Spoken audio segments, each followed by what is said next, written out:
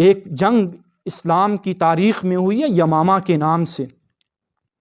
اس جنگ کے اندر 1,00,000 مرتدین 12,000 مسلمانوں کے ساتھ مقابلہ، انتہائی شدید سختی والا مقابلہ تھا.